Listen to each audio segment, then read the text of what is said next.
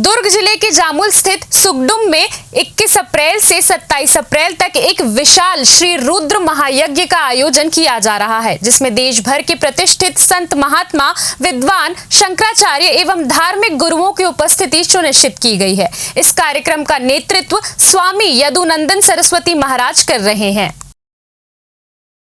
आयोजन का उद्देश्य राष्ट्रीय एकता, अखंडता और विश्व कल्याण को समर्पित बताया गया है। वहीं जगत गुरु शंकराचार्य श्री स्वामी अधोक्षजानंद देव तीर्थ जी महाराज का आदित्य वाहिनी के लोगों ने फर्जी शंकराचार्य के छत्तीसगढ़ आगमन पर रोक लगाने की मांग की है। स्वामी यदुनंदन सरस्वती ने बताया कि महायज्ञ की सभी तैयारियां पूर्ण हो चुकी हैं।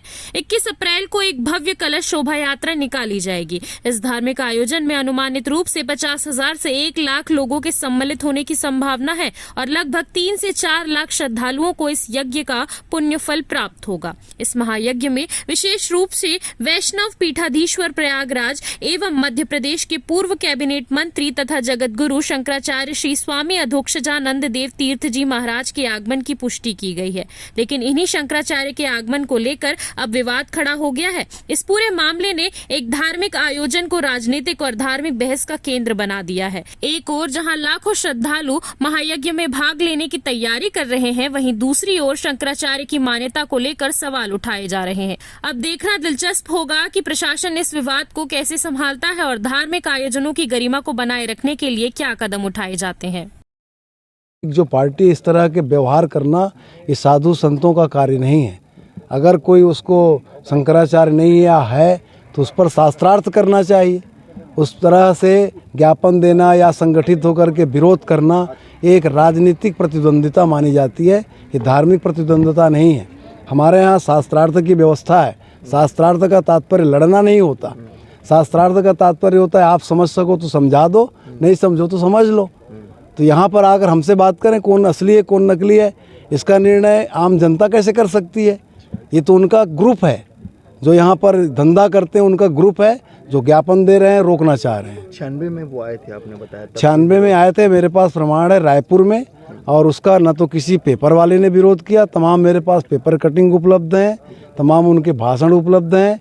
और रायपुर के हार्ट स्थान ईदगाह भाटा जिसको कहते हैं हिंदी स्पोर्टिंग मैदान लाखे नगर चौक, वहाँ पर हजारों संख्या में साधु संत महात्माओं के बीच में शंकराचार्य स्थापित हुए थे। प्रयागराज में भी आप चाहो तो हम प्रमाण दे सकते हैं, निश्चलानंद जी से 10 गुना सुविधा सरकार ने अधोक्षजानंद को दिया हुआ था। आदित्य वाहिनी नामक एक धार्मिक संगठन ने स्वामी अधोक्षजानंद पर फर्जी शंकराचार्य होने का आरोप लगाते हुए छत्तीसगढ़ में उनके आगमन पर रोक लगाने की मांग की है। संगठन के प्रमुख आचार्य झम्मन शास्त्री ने कहा है कि अधोक्षजानंद देश भर में शंकराचार्य का झूठा दावा करते हुए भ्रम फैला रहे हैं। उन्होंने जिला प्रशासन को ज्ञापन सौंपते हुए उनके खिलाफ कानूनी कार्रवाई की मांग की है। उनका कहना है कि ऐसे लोगों को राज्य में धार्मिक आयोजनों का हिस्सा नहीं बनाना चाहिए। स्वामी यदुनंदन सरस्वती ने कहा है कि ये विषय धर्मशास्त्र के माध्यम से तय होना चाहिए, न कि राजनीति और विरोध प्रदर्शनों के माध्यम से। उन्होंने कहा शंकराचार्य हैं या नहीं, इस पर शास्त्रार्थ होना चाहिए, न कि किसी संगठन विशेष द्वारा विरोध करना, ज्ञापन देना और प्रदर्शन करना राजनीतिक प्रतिद्वंदिता है, धार्मिक नहीं। हमारे यहाँ शास्त्रार्थ की परंपरा है, जो चाहे वो आकर बात करे कि कौन असली है और कौन नकली।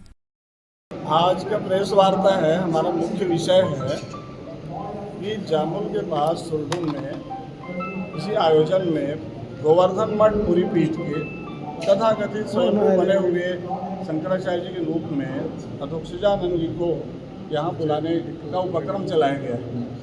उसके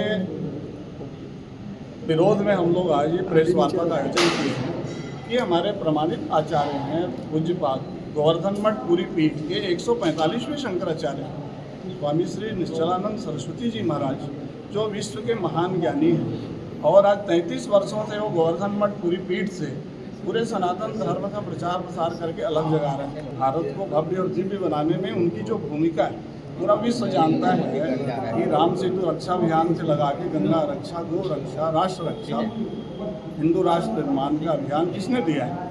पूज्यपाद गुरुदेव स्वामी श्री निश्चलानंद सरस्वती जी महाराज गोवर्धन मठ पूरी पीठ से अभियान चलाते हैं, पूरा विश्व जानता है। तो इसमें इतने बड़े अपराधी व्यक्ति को भी जो शंकराचार्य के रूप में भी घूमने का दुस्साहस करना है, जबकि कोई आधार नहीं है।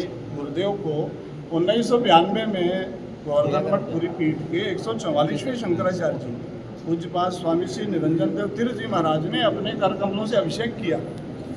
इससे बड़ा और क्या प्रमाण, और उनको हाई कोर्ट से, सुप्रीम कोर्ट से मान्यता प्राप्त है। सारे सरकार मतलब देश की उनको मानती है। तो इस दृष्टि से उनका छत्तीसगढ़ में आना पहले बार ऐसा हो रहा है। इतने साल तो हो गए, 25 साल छत्तीसगढ़ को बने, कभी उसका दुस्साहस नहीं हुआ कि शंकराचार्य के रूप में आ जाए। जबकि शंकराचार्य जी अधिकृत रूप से साल में 4 बार यहाँ दौरा करते हैं। 30 जिलों में आप पता कर लीजिए कि शंकराचार्य जी के कितने शिष्य अनुयायी भक्त रहते हैं। और उन्होंने जो राष्ट्र रक्षा, धर्म रक्षा के लिए संस्था बनाई, उसके लाखों अनुयायी शिष्य भक्त लोग यहाँ सेवा का प्रकल्प चलाते हैं। पीठ परिषद, आदित्य वाहिनी, आनंद वाहिनी के सब सेवा प्रकल्प 12 महीना चलता है। तो हम लोग चाहते हैं कि ऐसे व्यक्ति पर, लांछित व्यक्ति है, सनातन धर्म संस्कृति को लांछित करने वाले व्यक्ति पर दंडात्मक कार्यवाही होनी चाहिए। और यहाँ आने पर तो रोक लगना ही चाहिए, पूरे देश में रोक लगना चाहिए कि ऐसे व्यक्ति शंकराचार्य के रूप में भ्रमण न करें। उससे हमारे धर्म, संस्कृति, परंपरा और आस्था को कुठाराघात पहुँचा रहे हैं। प्रशासन या शासकीय अधिकारियों के संज्ञान में आपने सुझाव लाया है क्या? जी, ऐसा है। हर जिला में हमारे व्यक्ति कलेक्टर को ज्ञापन दे रहे हैं और यहाँ के गृह मंत्री जी को और विधानसभा अध्यक्ष जी को अवगत कराया जा चुका है, डॉक्टर रमन सिंह जी को और विजय शर्मा जी को। आज हमारा मुख्यमंत्री जी से सीधा भेंट का समय प्राप्त है, बात उनको भी हम अवगत करा देंगे अच्छी तरह। हाँ, जो आयोजक लोग हैं उनके पास हमारे व्यक्ति गए थे जी बताने के लिए, तो उन्होंने कहा कि भाई नहीं, हम तो कार्यक्रम बना दिए हैं, तो उसमें क्या हो सकता है। अरे ऐसा क्या हो सकता है, मतलब क्या है? आप ऐसा बोलोगे तो फिर हम इस तरह की कार्रवाई करेंगे। समझाने जो बात नहीं समझता तो फिर उसके लिए तो आगे बढ़ना ही पड़ेगा। आपके विरोध के बाद भी अगर आंदोलन होता है, आपके आगे की रणनीति क्या है? आगे की रणनीति ऐसा है कि उसके लिए फिर दूसरे स्वरूप में उसका विरोध ज्ञापित किया जाएगा। पूरे प्रदेश की जनता, सनातन धर्मावलंबी एक साथ एक मत से इसका विरोध ज्ञापित करेंगे कि भाई आप ऐसा कैसे कर सकते हैं, प्रदेश संभव नहीं। CCN शार्क न्यूज के लिए रवि कुमार की रिपोर्ट।